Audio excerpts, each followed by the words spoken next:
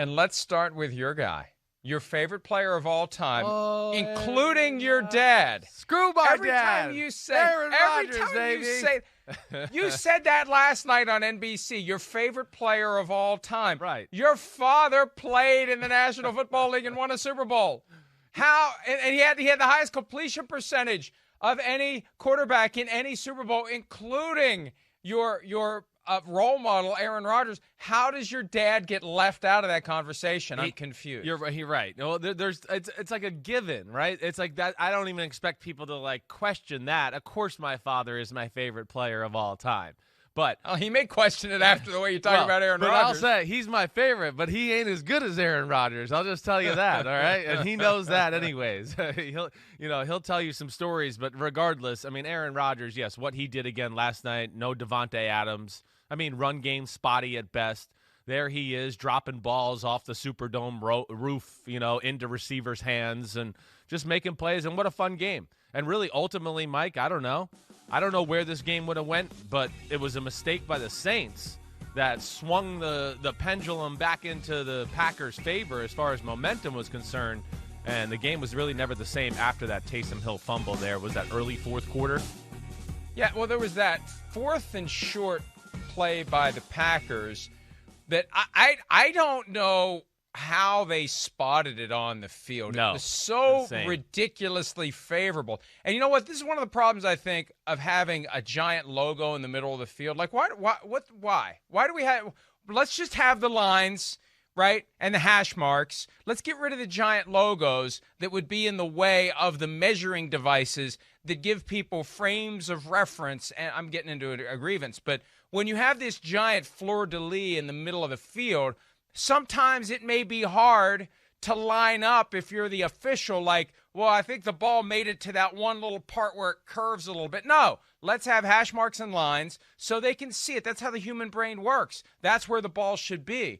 And this was a situation where it was good that replay review intervened and came to the conclusion that the ball was ridiculously short. And, oftentimes the absence of that perspective from hash marks and lines makes it hard to overturn a spotting of the ball via replay review because you don't have a perspective. Well, in this case, it was so bad, you didn't need the perspective. It was so ridiculously short, and that's when it felt like the Saints were going to take over. Yes, it did. And then came the fumble, and that was that. Yeah, that was that. You're right. I mean, early on, there were so many momentum swings here and there. I mean, it was 13-7, right? Green Bay's up 13-7. Drew Brees at one point has a 3rd and 15. And I'm thinking, oh, man, Green Bay's kind of got the Saints defense on the ropes here. And Green Bay's a team that's built to kind of play in front, right? Then they can be balanced and play action pass and run the ball on offense. But we know about their pass rush and their secondary. I mean, we could see they're not very good at stopping the run and doing things like that. So I'm thinking, oh, man, here we go. And he throws the ball to Alvin Kamara, who – listen, I love my favorite player ever in Aaron Rodgers, but the story of the game last night as far as players was concerned was Alvin Kamara and some of the things he did. I mean, that was insane. That was video game stuff. Oh, 3rd and 15, let's throw it 3 feet. Hey, can you go make 15 guys miss to get the first down? Hey, it's 2nd and 10. We'll throw the ball behind the line of scrimmage. Can you just go run up 60 yards up the sidelines, break a tackle, spin, outrun everybody? That was unbelievable last night. It just shows you, Mike, and it's something that I know you have talked about. When you get paid, players can lay it on the line more. They're not being careful anymore. And I think you're seeing that with Alvin Kamara here the first 3 weeks. He's gotten paid, and it's pedal to the metal like we haven't seen it really the last few years. But on the 52-yarder where Eric McCoy got a lot of praise for being out in front to make a block, and he was sprinting down the field ahead of Kamara, I had visions of the Patrick Mahomes run against the Titans last year where you're just screaming at the TV, will somebody just go tackle the guy? Like, it's not like he's superhuman. Just go tackle him. I just felt, and maybe this is a product of no preseason, no off-season workouts. When people get together for their own workouts, they're not working on defense, they're working on offense. But I just felt like there was a lot of half-hearted efforts and flailing at Alvin Kamara on that play, and I want to praise him. But at the same time, I feel like someone should have gotten to him and put him on his butt before he made it to the end zone. Well, I mean, what did I text you during the game that drove me insane? Apparently the Packers didn't pay attention to the biggest story in sports last week. Drew Brees can't throw the ball down the field. So what did the Packers do for the most of the night until the fourth quarter? They defended down the field and let Alvin Kamara catch balls at behind the line of scrimmage, 2 yards downfield. And that, to me, was one of the mind-blowing aspects of the night. I just thought Mike Pettin and that group, they're for sure are going to make him throw the ball to somebody besides Alvin Kamara. They're for sure going to make him throw the ball outside the numbers and down the field. They've seen the games. They got to realize we got to see him beat us this way. And that, to me, was amazing, that how many times Alvin Kamara did get free or was one-on-one with a player that was not in his caliber of athlete. So that was an issue, certainly.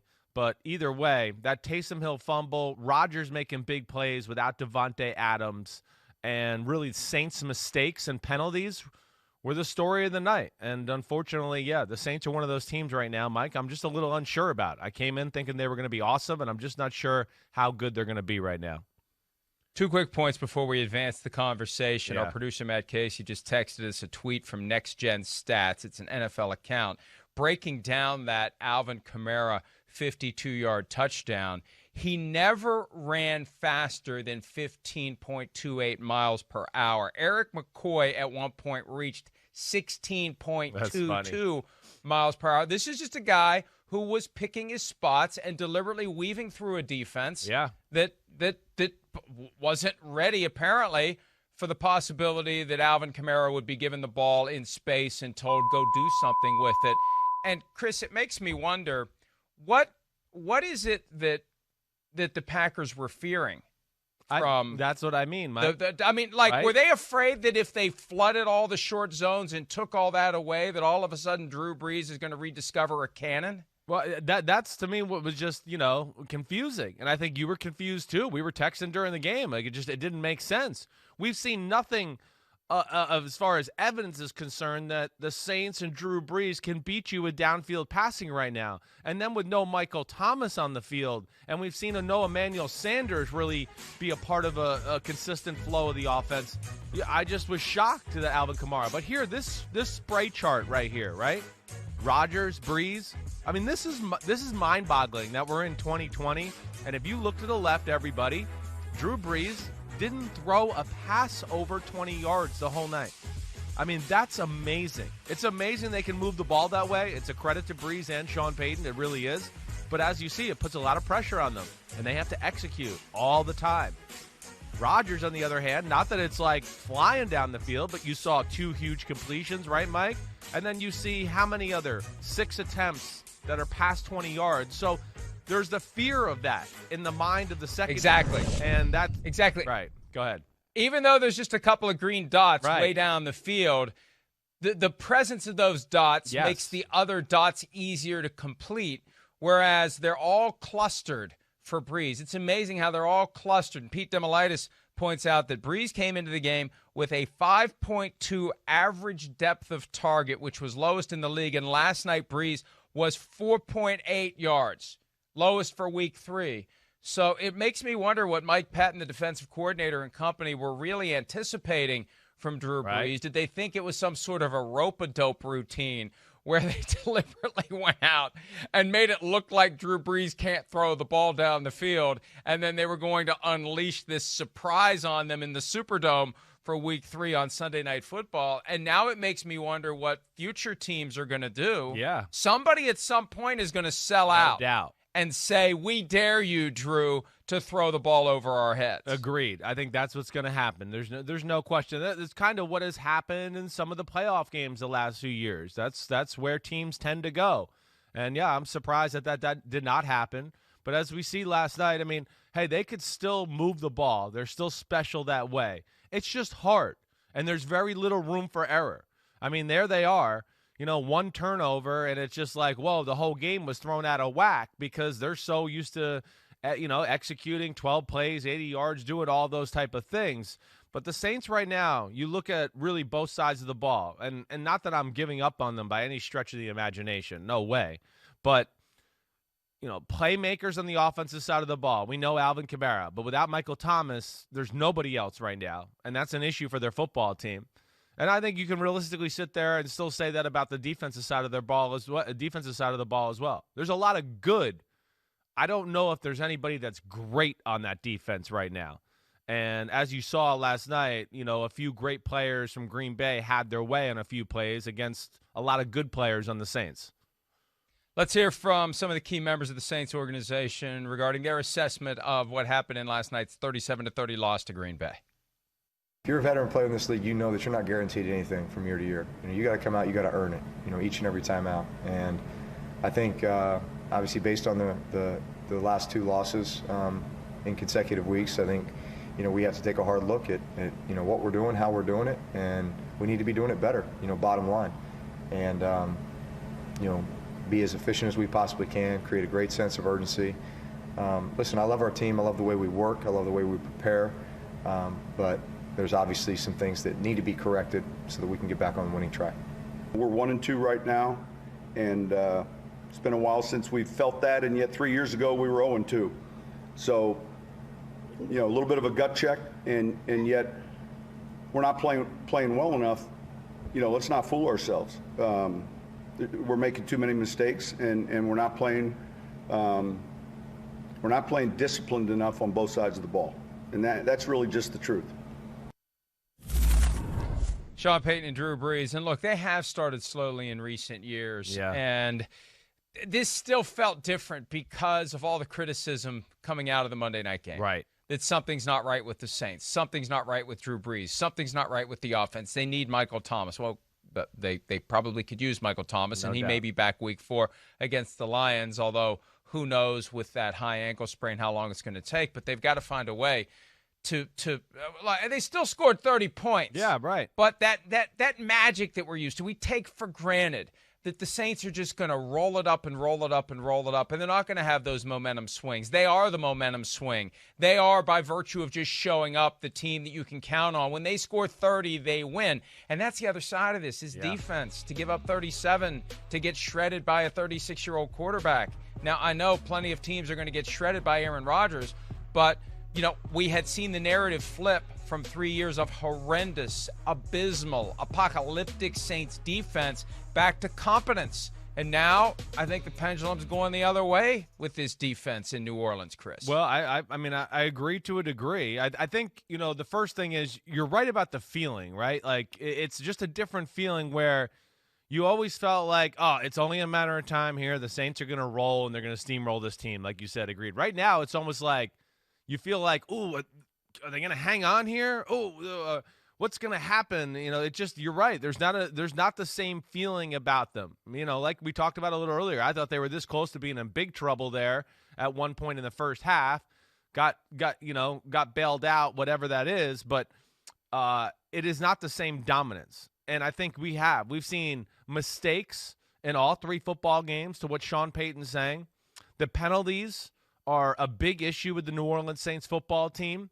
Of course, we know about the fumble. Let's not forget, they fumbled 2 other times. I mean, blatant fumbles, ball rolling on the ground, and the Saints were fortunate to recover their own fumbles. So I think that's a lot of it, too. The sloppy play, whether it's Brees missing throws we don't expect, interceptions last week against the Raiders, right, and all of that.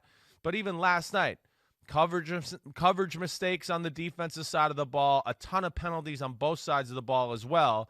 And that proved to be the difference in a very tight, close football game. The 1 turnover and 73 yards in difference in penalty yards in the NFL with 2 real good teams like the Saints-Packers, that could be all it takes to get one team to win and the other one to lose.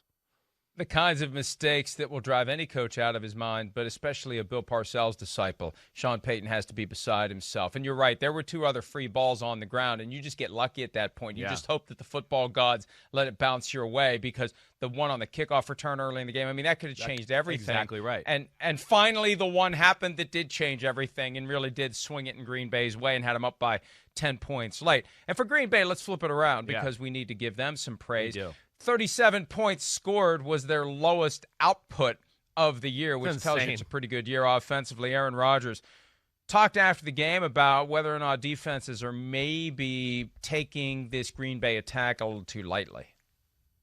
This offense is just so different. I don't, other than Devontae, who obviously didn't play tonight, I don't think many teams look at us and think we have, number of stars that they're really worried about. Obviously, Aaron Jones is such a talented guy, and you got to try and take him away. But you never know really whose day it's going to be. You know, and he's right about that. Aaron Jones had 236 yards from scrimmage in week 2.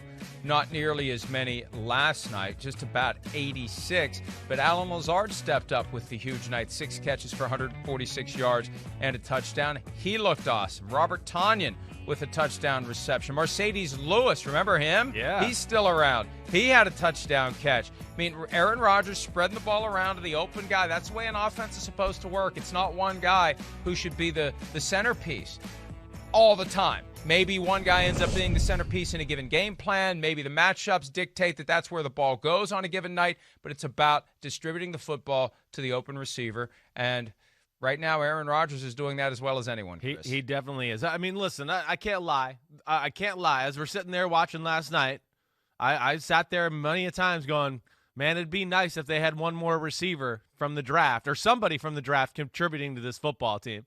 I can't. I mean, Jordan Love can play receiver. I couldn't help it because it did. It came up a number of times in my brain last night just going, man, I mean, they got nobody from the draft helping their team out right now. So that bothers me, obviously. But Rodgers is playing phenomenal football. We know that. And what we talked a little bit about last night on Football Night in America, and I know we talked about it last week, where I like that we're seeing 11, 12 incompletions a game from Aaron Rodgers. A little bit what we saw in that spray chart. I mean, they're aggressive right now. And that's what I really like. And I like the fact that Rodgers is staying on the number one read, which means he's trusting the offense. LaFleur has proven to him that, hey, my offense will get guys open. Just hang in there. I promise he's going to be open. Give him a second. Because I think Rodgers was scarred for a few years there with people not being open regularly. But either way, I have problems with that word. I mean, that was a phenomenal game by him. And Allen Lazard popping up the way he did. And Matt LaFleur with some gutsy fourth down calls. I know one didn't work out at the end, but, man, to get the one for the touchdown, there was a few plays like that where I just went, that's the kind of coach or gutsy move you got to have to win a game on the road in New Orleans like that. But Rodgers, phenomenal right now. Just big plays and dangerous. And the Packers now 3-0. And there were questions about how good they really were because the Vikings, the Lions, who knows? Now the Vikings gave the Titans a good game yesterday. The Lions beat the Cardinals. So maybe those two opponents aren't the cupcakes that we thought. And to go into New Orleans and win, even with 750 fans there, still is impressive. Although the hard count would not have been working. That's amazing, the way right? that it did last. That one sequence was just incredible. He pulled a guy offside twice. He thought it's like when you're reeling in, and you got a lure on the line, and you feel that first hit, and you think you got the fish, and you're like, oh, I missed him, but you reel a little bit more, and then he finally bites. That's what it was. He finally bit, and then throw the ball to the end zone, and I don't know. It's like the defensive back, Janoris Jenkins, thinks it didn't count or something. He just went ahead and hit Allen Lazard to keep him from catching the football, and they get the ball first and goal on the one. Yeah, well, I mean, Rodgers was amazing last night with his gamesmanship in general. I mean, we heard Collinsworth, right, and Mike Tirico talking about the Saints defense, all the things they do. It's almost a different defense every play. It really is. That's the one thing you heard John Gruden. He said it last week when he played the New Orleans Saints as well. You get things all over the place. But it also, with that, I think lends to some of the mistakes that Sean Payton's talking about. That's the one thing that just, again, another guy, if I'm going to be there, Ron Jaworski, and I watch the film, that was one of my concerns about them. Producer Matt Casey will tell you. I put it in my notes for the matchup this week. I mean, at what point is too many defenses too much? You know, when you see 3 or 4 mistakes every game, are you doing too much on that side of the ball? And I also think that tends to cause even the offsides and things like that, right? Oh, wait, what defense is this? Oh, wait, I got a blitz. Here I come. I got to get up to the line of scrimmage. Hot. Oh, wait. Oh, I mean, you're always in a frantic. You're always thinking. You can never just play. And I do wonder if maybe they need to reel it back a little from that aspect as well, Mike. Hi, I'm Mike Tirico, and thanks for watching. Make sure to hit subscribe for the latest news and highlights from NBC Sports.